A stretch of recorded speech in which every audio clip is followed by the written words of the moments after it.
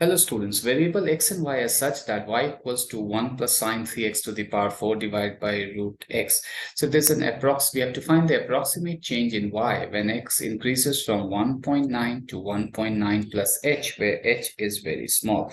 So to answer this question, we'll first use the differentiation formula. So a couple of differentiation formula that's required to we used over here is first one which we use is called quotient rule. So if y is equal to u by v, where u and v both are the functions of x, so the formula for dy by dx that we are writing should be v into derivative of u, which is u dash, minus u into derivative of v, which is v dash, divided by v square. So the other formula that we'll be using is the chain rule. So if it is ax plus b to the power n, and if I'm finding the derivative, which is y dash, so it's n into ax plus b to the power n minus 1 into derivative of ax plus b, which is equals to a. So these are the couple of formulas that we'll be using. So if now I'm finding the dy by dx of this, we'll use the quotient rule. So it should be v into derivative of u, so that should be 4 into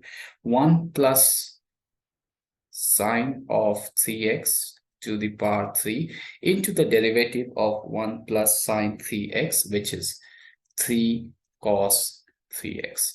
Now that's minus 1 plus sine 3x to the power 4, and the derivative of root x, which is 1 over 2 root x, and the whole thing should be divided by v square, so that's x. And now we have to put the value of x as 1.9 to calculate the derivative. We'll put x equals to 1.9 in this. So the value of dy by dx that we got is equals to 0.651. Since the change is h, which is very small, so we'll multiply the derivative with the change.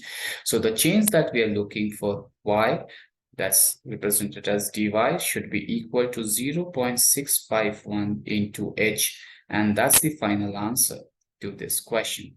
Now, if I go by the marking scheme of this, so writing this correctly, the derivative portion of the first part, so you get 1 mark over here.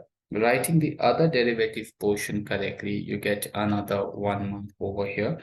Writing this expression fully correct, so that's 1 mark. Putting x equals to 1.9 and then getting the final answer correctly as well gives you 1 mark each on each step. So that's how are the marks distribution for this particular question. Thank you, students.